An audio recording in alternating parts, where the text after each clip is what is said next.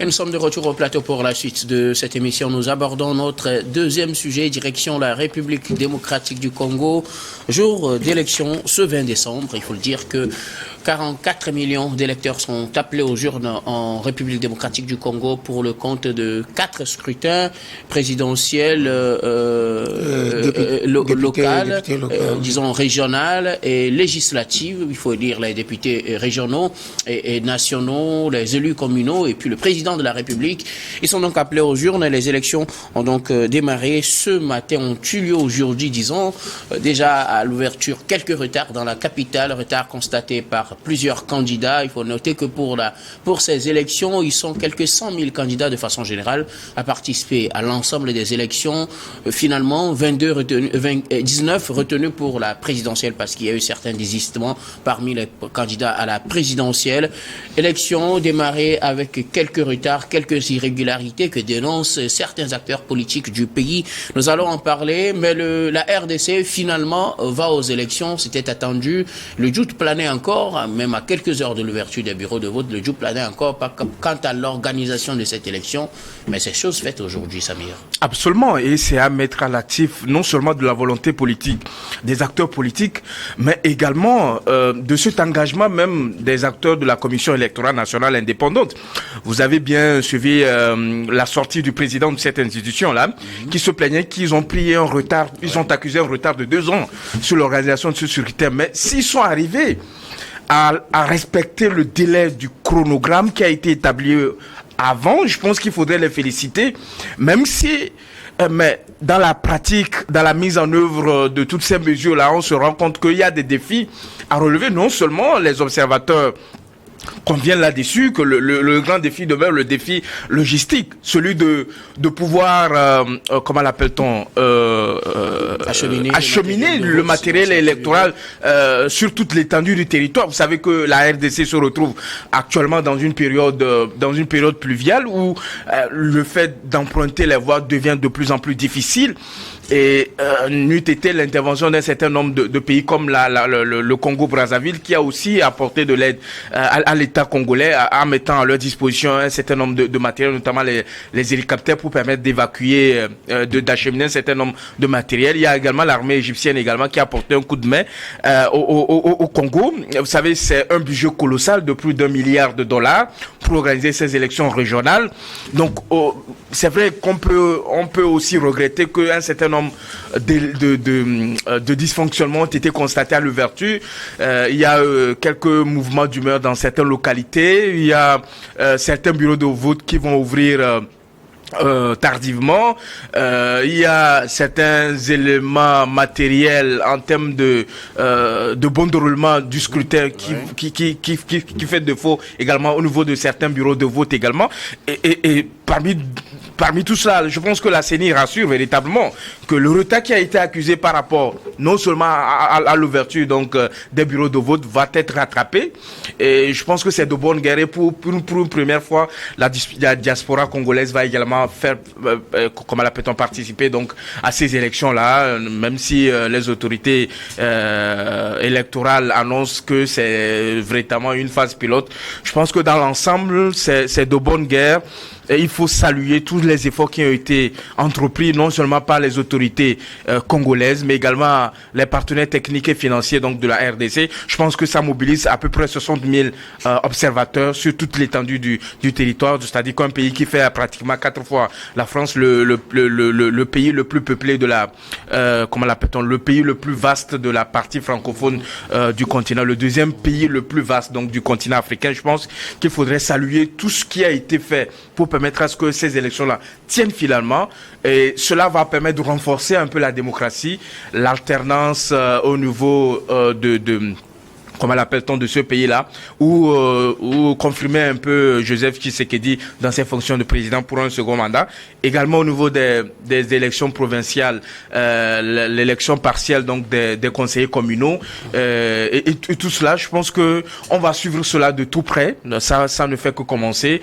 La CENI a annoncé que les élections peuvent se tenir jusqu'au 23 décembre, donc on souhaite qu'on n'en arrive pas là, qu'on puisse avoir un scrutin assez rapide, rapide et qu'on connaisse des résultats qui vont participer donc à renforcer la démocratie dans ce pays-là. Alors, bon enfant, Agbovi, jour d'élection en République démocratique du Congo, ils sont 44 millions d'électeurs à être appelés aux urnes ce 20 décembre pour le compte de 4 scrutins, je le disais tout à l'heure, parmi les scrutins, la présidentielle surtout, qui retient l'attention. Le doute planait jusqu'à la veille même de cette élection, pour certains, par rapport au déploiement du matériel nécessaire pour pouvoir assurer des élections acceptées par tous. Mais finalement, ces choses faites, les Congolais sont allés aux urnes ce 20 décembre pour le compte de ces 4 scrutins.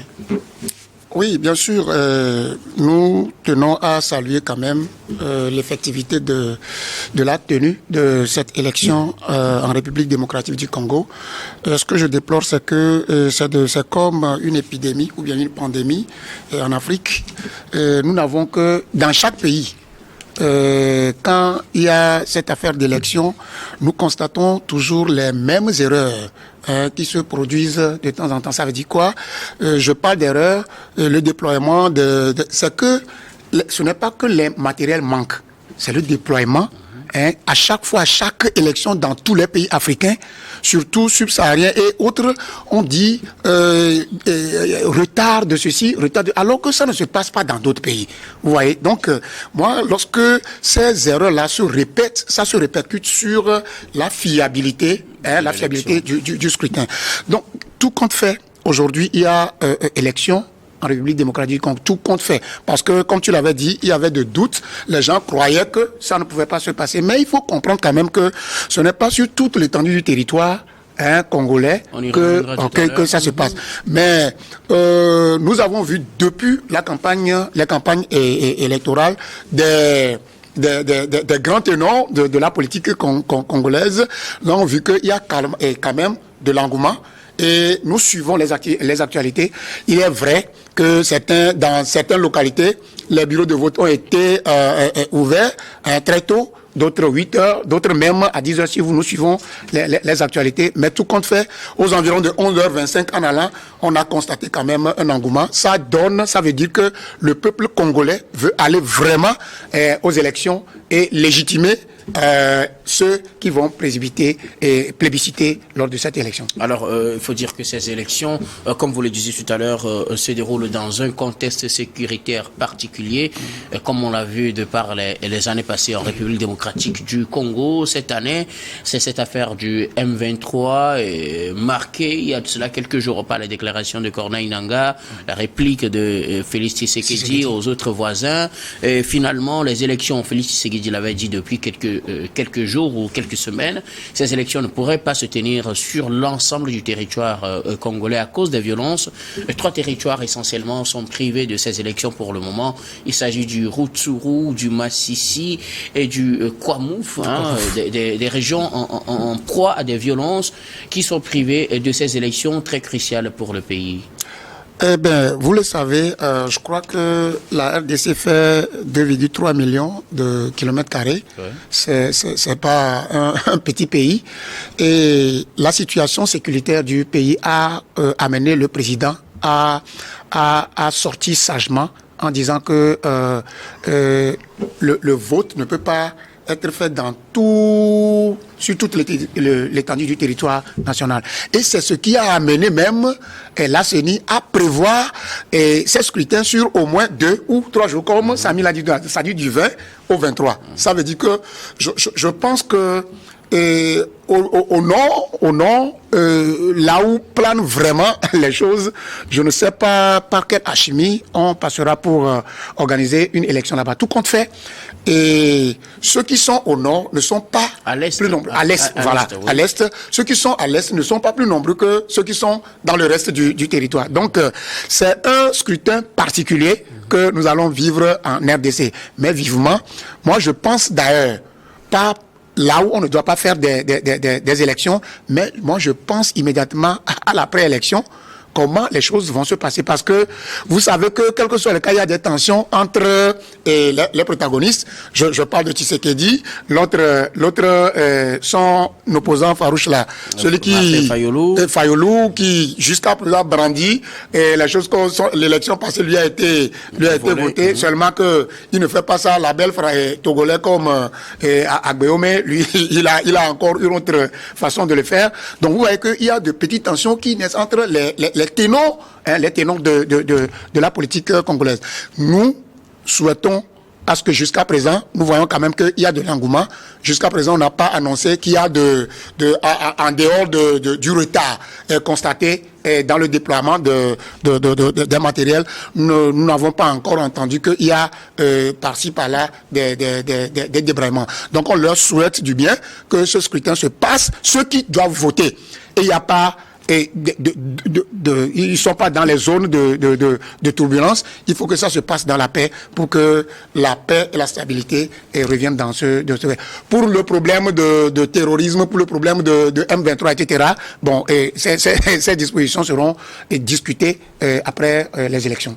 Discutées par qui et qui? Non, vous savez que les processus sont. Vous savez que il y a des gens qui se mettent dans cette histoire de M23 et de Tshisekedi et en passant par le Rwanda. Et je sais que les processus de recherche de la paix durable continue. Et je dis que ça là ne doit pas entraver en réalité les milliards de dollars que les RDC auraient interjetés dans cette élection. Et je dis que l'élection serait là, on proclamera les résultats, mais les processus de réconciliation ou non, de façon de retrouver une paix durable pour ce pays-là continue. C'est de ça que je parle. Alors, Samir Ouroussama, la RDC, c'est quand même 2,3 millions de kilomètres carrés, plus de 2,3 millions de kilomètres carrés, plus de 102 millions d'habitants, avec plusieurs provinces, plusieurs régions, parmi lesquelles 3 essentiellement ne seront pas concernés par ces élections.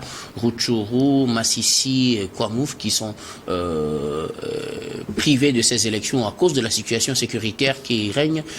Finalement, les élections ont lieu, mais pas sur toute l'étendue du territoire congolais. Bien évidemment, je pense que il faut savoir raison garder souvent dans un certain nombre de situations. C'est-à-dire qu'il faudrait jauger deux éléments, soit forcer en organisant la tenue du scrutin dans ces milieux-là et mettre la vie des populations en danger, soit surseoir l'organisation du scrutin dans ces parties-là et permettre à ce que la paix reviennent véritablement dans ces localités-là et qu'on puisse organiser des élections partielles concernant ces zones-là. Quoi qu'on dise, je pense que aucun citoyen congolais ne viendra décider à la place de ces trois localités donc du Congo. Pour ce qui concerne les élections présidentielles, je pense que ça va être dommageable que ces populations ne participent pas véritablement à l'élection donc du président de la République, mais cela ne remettra pas en cause la légitimité du président qui sera élu. Mais pour les questions des élections locales, notamment l'élection des députés locaux, l'élection partielle donc des conseillers communaux, je pense que il y aura des mécanismes qui vont être enclenchés pour que ces populations-là participent véritablement à la désignation de leurs représentants au niveau de ces localités-là. Qu'à cela n'en tienne, je pense qu'il faudrait apporter un certain nombre d'éléments d'éclaircissement. Vous savez, en Afrique, nous avons des problèmes. Donc, si ce ne sont pas des conflits communautaires, ce sont des conflits armés. Si ce ne sont pas des conflits armés, ce que nous avons un problème crucial qui est le défi d'infrastructure, que ce soit routière, ferroviaire, aéroportière, tout ce que vous connaissez.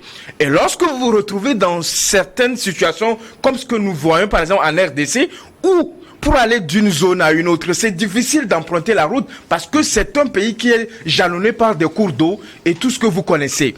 Donc, soit vous utilisez la voie aérienne et ça nécessite le déploiement d'un certain nombre de moyens pour pouvoir se déplacer véritablement, notamment sur ces questions de déploiement donc du matériel électoral au niveau de ces régions-là. Donc, souffrez que jusqu'à ce présent qu'on puisse connaître également ces difficultés-là où nous avons des difficultés pour aller d'une zone à une autre, nous avons des difficultés pour faire parvenir un certain nombre de matériel d'une zone à une autre. Je pense que c'est des choses temporaires parce que nos pays travaillent véritablement à désenclaver c'est le mot exact, à désenclaver un certain nombre de localités pour permettre à ce que non seulement les populations puissent se déplacer dans de bonnes conditions, mais pour que quand ces conditions-là arrivent en termes de déploiement du matériel, qu'on ne connaisse pas des difficultés et que cela n'empêche pas véritablement à la sincérité, à l'intégrité, à la régularité des élections qui vont être tenues, que les résultats on puisse remettre en cause les résultats qui vont être proclamés.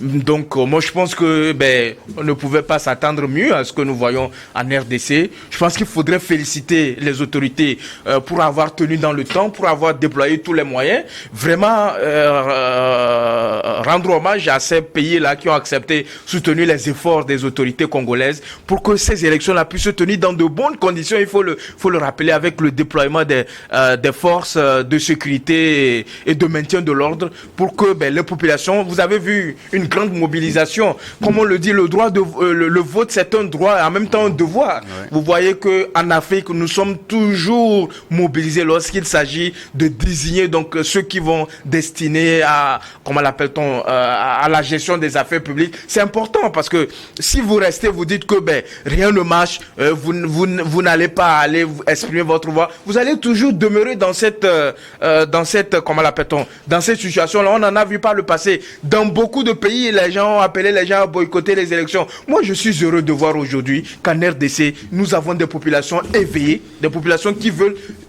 exprimer, même si on peut dénoncer un certain nombre de manquements, un certain nombre d'irrégularités. Comme on le dit, c'est à force de forger qu'on devient forgeron. Merci beaucoup à vous. Ces élections viennent suite à une campagne électorale menée sur pratiquement un mois.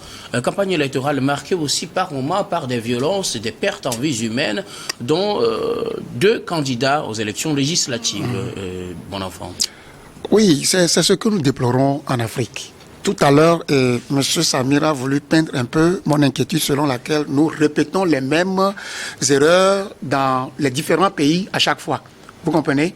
Il a parlé tout à l'heure de désenclavement de lieux. Vous comprenez? Lorsque nous avons une bonne politique et nous savons qu'il faut prévoir les choses. Nous savons que les gens qui sont dans des zones enclavées doivent aussi avoir accès à des choses nationales. Il faut avoir une idée plus, comment l'appelle-t-on, plus prévisible. Vous comprenez? Aujourd'hui, en Afrique, si à 60 ans d'une indépendance, la plupart des pays africains ont accédé à l'indépendance, ça fait au moins une 60aine d'années. Si à une 60aine d'années d'indépendance, et aujourd'hui on va parler de désenclavement de nos rues pour avoir accès aux électeurs, moi je suis désolé. Ça veut dire que nous ne pouvons pas peindre ce qui est mauvais. Il faut le dire tel que c'est. Donc, il a essayé de peindre ça, mais je ne suis pas d'accord sur ça. Aujourd'hui, les pays africains, oui, lors de ces campagnes. Vous savez, c'est ce que j'ai dit que c'est ce que nous déplorons. C'est-à-dire qu'il ne faut pas qu'on aille jusqu'à la perte de vie. Nous organisons des élections en Afrique. On organise des élections en Afrique et à chaque fois, il y a de pertes de vie. Quel est vraiment l'enjeu que nous voulons et faire perdre de vie aux gens? C'est-à-dire que si c'est le fauteuil présidentiel, nous avons des mécanismes pour te faire venir au fauteuil présidentiel sans passer par les pertes de vie. Aujourd'hui, nous sommes désolés de ce que dans nos pays émergents ou qui sont en train d'émerger dans ces pays, lorsque on parle d'une situation électorale, on perd toujours de vie. Et 2 personnes qui perdent leur vie. Et ce ne sont pas des gens... C'est des candidats encore. Ça veut dire que bon, nous allons déployer ceci. Il faut qu'il y ait une pédagogie dans nos états-majors, que ce soit au niveau des partis politiques, que ce soit au niveau de la mouvement présidentiel. Il faut qu'il y ait une pédagogie pour qu'on sache que lors d'une campagne, on est là seulement pour présenter son projet et amener les gens à adhérer au projet et plébisciter la personne qui apporte on ne doit pas aller jusqu'à la perte de vie. Donc, c'est une situation à déplorer en Afrique. Il n'y a pas, en Afrique, rares sont les pays qui ont organisé des élections. Lors des campagnes, il n'y a pas de tumulte, il n'y a pas de perte de vie. Rares sont ces pays. Donc, nous allons appeler tous les pays africains à ce que nous comprenions l'enjeu qui est dans la chose et essayer de freiner ces trucs-là pour que les gens ne meurent pas lors de nos campagnes. Oui, je voudrais placer 2 mots. C'est-à-dire que quand vous analysez la situation que traverse la RDC, le problème majeur, c'est la sécurité. C'est-à-dire que la RDC se trouve dans un contexte sécuritaire assez faible. C'est assez fragile. Là, ce n'est pas les M23, ce n'est pas les M23 qui ont encore tué ces personnes quand même. Vous avez vu en RDC par le passé, les hommes politiques perdent la vie, même en pleine capitale. Si je mens, Dites-le moi. Vous avez vu en pleine capitale, les hommes politiques perdent leur vie aussi fragile. C'est-à-dire que en pleine ville, on peut ouvrir le feu sur vous comme ça. Ça veut dire que la sécurité, elle est fragile. Ce n'est pas une question de conflits armés comme on l'a vu avec le M23 et les autres groupes armés. Ça, c'est un autre pan même du problème. Donc, le vrai problème aujourd'hui, c'est de faire en sorte que lorsqu'on se retrouve en RDC, que ce soit par exemple à la capitale, à Kinshasa et dans d'autres villes, qu'on puisse circuler librement. Et aujourd'hui, nous sommes heureux de voir que dans beaucoup de pays aujourd'hui, les hommes politiques peuvent traverser la capitale, aller dans les localités les plus reculées, sans être inquiétés véritablement. Donc, l'enjeu majeur pour celui qui aura la destinée de ce pays-là, c'est de renforcer la sécurité, de participer à l'amélioration des conditions de vie et de travail des populations et de désenclaver les différentes localités du pays. Alors, je reste avec vous, Samir Ourosama, pour aborder le dernier aspect de ce sujet. C'est les réactions à l'ouverture des bureaux de vote aujourd'hui. Plusieurs candidats, je l'annonçais dans mon introduction, ont donné leur appréciation du déroulement de ces élections, retard constaté par la plupart, qui ont noté également des irrégularités. Parmi eux, Martin Fayoulou, qui réclame toujours sa supposée victoire de 2018. À part Martin Fayoulou, Moïse Katumbi, qui aussi parle des irrégularités constatées. Un autre poids lourd, Denis Mukwege, qui donne le même son de cloche. Mais Martin Fayoulou, lui, va jusqu'à dire que si cela continue et que tout le monde ne vote pas, il n'allait pas reconnaître ces élections. Bien évidemment. C'est-à-dire que lorsqu'il y a un taux faible de participation en termes d'expression, donc en termes d'expression de sa voix dans la désignation des représentants au niveau des différentes échéances électorales, ça remet en cause véritablement la sincérité, la régularité et la crédibilité des élections qui se sont tenues. Je pense qu'il a pleinement raison. Et nous n'allons pas véritablement arriver là. Je pense que les différents textes de la République, que ce soit le code électoral, que ce soit la constitution même de nos États, disent qu'en réalité, lorsqu'à la fin du scrutin et que le taux de participation se trouve comment l'appelle-t-on, en bas d'un seuil donné, il est normal que les gens puissent protester par rapport véritablement à la crédibilité même du scrutin qui est tenu. Qu'à cela ne tienne, vous savez, le problème majeur de la RDC, c'est que les hommes politiques n'arrivent pas à se comprendre véritablement. Vous avez vu ce débat qui a eu lieu autour de la composition de la CENI. Même aujourd'hui, les gens ne sont pas d'accord que ce monsieur-là soit à la tête de la CENI. Donc il y a des divergences par rapport à la désignation des membres, mais sauf que le pouvoir en place a poussé les choses. Si vous ne connaissez pas, vous ne reconnaissez pas, on va aller aux élections comme ça. Donc il y a un manque de consensus au tout début, ce qui fait qu'aujourd'hui nous avons ces problèmes-là, même si certains sont représentés au niveau de la CENI, mais ils ne se reconnaissent pas dans la prise dans la prise d'un certain nombre de décisions. C'est à déplorer véritablement parce que ça constitue ce qu'on appelle des bombes à retardement. Demain, certains peuvent sortir comme par le passé, dire qu'ils ne reconnaissent pas les résultats qui ont été proclamés par la CENI et tout cela. Et ça va engendrer beaucoup de dégâts et le pays va sombrer encore dans des violences post-électorales, ce qu'on ne souhaite pas parce que c'est ce que nous avons l'habitude de vivre dans nos États. Et il faut condamner avec la plus grande énergie tous ces manœuvres-là qui consistent à déstabiliser nos États par rapport à l'organisation des élections. C'est pour cela, en amont, il faut veiller que les différents éléments qui concourent à la bonne tenue à des élections apaisées, crédibles, soient véritablement réunis et qu'on n'en arrive pas véritablement à ces histoires de on m'a volé les élections, non, il y a des irrégularités, je vais commencer par marcher toute l'année pour réclamer mes élections, mais à la fin, je suis le premier à aller déposer ma candidature pour les prochaines. Alors, c'est ce qui se passe en République démocratique du Congo. Martin Fayoulou, qui réclame toujours sa victoire de 2018, participe à ces nouvelles élections. Il crie encore aux irrégularités. Il pense qu'il y a plein d'irrégularités dans ce processus et que tout est fait pour que le président Tshisekedi soit réélu pour un nouveau mandat à la tête de la République démocratique du Congo. Il dit que si ces irrégularités persistent et que tout le monde n'arrive pas à voter, il ne reconnaîtrait pas ces élections une fois encore. Bien, vous savez, moi, la déclaration de Fayoulou, je crois que c'est une fuite en avant.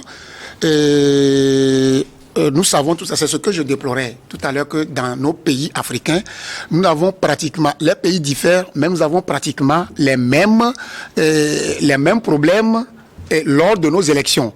tant que les pays diffèrent. Aujourd'hui, quand Fayolo, au lieu de mettre les stratégies en place pour pouvoir prendre sa position comme il avait cru défendre entre 2018, mais il se cache derrière certaines déclarations pour dissuader les autres. Vous savez, au même moment, lui, il est en train de faire ces déclarations, mais les autres travaillent. Par exemple, l'homme de TP Mazembe, lui, il est là, lui aussi, il a fait quelques déclarations. Moïse Katumbi a également déclaré et dénoncé des irrégularités. Ils ont tous dénoncé. Mais ils ont dénoncé, mais il n'est pas allé jusqu'à dire qu'il mettra en cause la crédibilité des élections. Il n'a pas dit ça. Vous savez, c'est une course à quelque chose.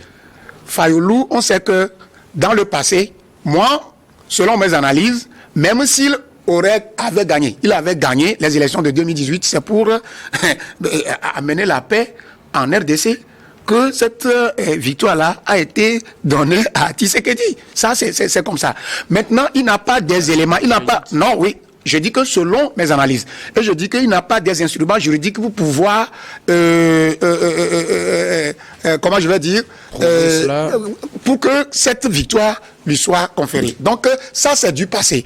Maintenant, il conteste une élection de 2018. Et aujourd'hui, il n'a pas encore eu gain de cause, mais il dépose encore sa candidature pour 2023. C'est ça la confusion dans la tête de nos politiques. Peut-être c'est ça la confusion. Qu'il s'est rendu compte que c'est peine perdue et donc il faut aller quand même boycotter une nouvelle élection en réclamant. La RDC se trouve dans une situation précaire en termes de sécurité maintenant. Il ne faut pas que les fils de même RDC amènent ça dit que le pays a s'embrasé de nouveau. Aujourd'hui, il y a beaucoup de candidats qui sont allés aux élections. Les gens ont désisté pour soit Katumbi ou soit pour Tshisekedi même. Nous n'avons pas Fayolo. Vous comprenez? Donc mettons des stratégies en place pour cueillir le scrutin, ça dit que pour cueillir la confiance des gens, pour que nous soyons plébiscités. Ces déclarations tapageuses, ces déclarations belliqueuses avant les élections amènent des gens. Même des élections. Non, ce n'est pas normal. Il faut que les gens se responsabilisent pour savoir que c'est un enjeu national. Il ne faut pas que ces déclarations amènent les gens. Il ne faut pas que ces déclarations dérapent les gens. Déjà, vous allez voir que même si on proclame à l'issue de cette élection, si on proclame Tshisekedi comme vainqueur, on proclame Katumbi comme vainqueur, on proclame le prix Nobel de la paix là comme vainqueur, Fayolo criera toujours qu'il a... C'est lui qui a annoncé vainqueur. Et si c'est lui? Mais il viendra nous dire, il a finalement foi à ce processus ou pas. Donc c'est ça le problème. Donc il faut que, et c'est ça que nous devons penser à ça. Je disais que l'après-élection doit être géré d'une manière par tact. Sinon, ça va amener des embrasements par rapport aux déclarations tapageuses des uns et des autres. Merci beaucoup à vous. Nous allons marquer la pause pour le journal, puis on revient juste après pour la suite de cette émission.